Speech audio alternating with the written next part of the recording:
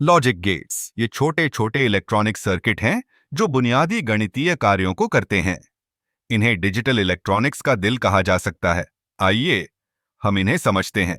सबसे पहले and gate.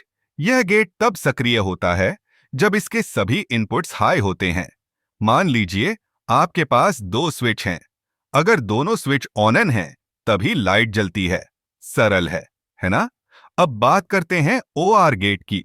यह गेट तब सक्रिय होता है जब कम से कम एक इनपुट हाई होता है। जैसे अगर आपके पास दो स्विच हैं और उनमें से कोई एक भी ऑन है तो लाइट जल जाएगी। यह गेट हमें विकल्प देता है। फिर आता है एनओटी गेट। यह एक इन्वर्टर है। अगर इनपुट हाई है तो आउटपुट लो होगा और अगर इनपुट लो है तो आउटपुट हाई होगा। इसे समझने के लिए सोचिए जैसे एक स्विच है। अगर स्विच ऑन है तो लाइट बंद है और अगर स्विच ऑन ऑफ है तो लाइट जल रही है। अब एन एंड गेट। यह एंड गेट का उल्टा है। यह तब सक्रिय होता है जब कम से कम एक इनपुट लो होता है। अगर दोनों स्विच ऑन हैं तो लाइट नहीं जलेगी। यह गेट हमें सुरक्षा देता है क्योंकि यह हमें गलतियों से बचाता है। एनओआर गेट भी इसी तरह काम करता है, लेकिन यह ओआर गेट का उल्टा है। यह तब सक्रिय होता है जब सभी इनपुट्स लो होते हैं। अगर दोनों स्विच ऑन ऑफ हैं तभी लाइट जलती है। एक्सओआर गेट एक खास गेट है।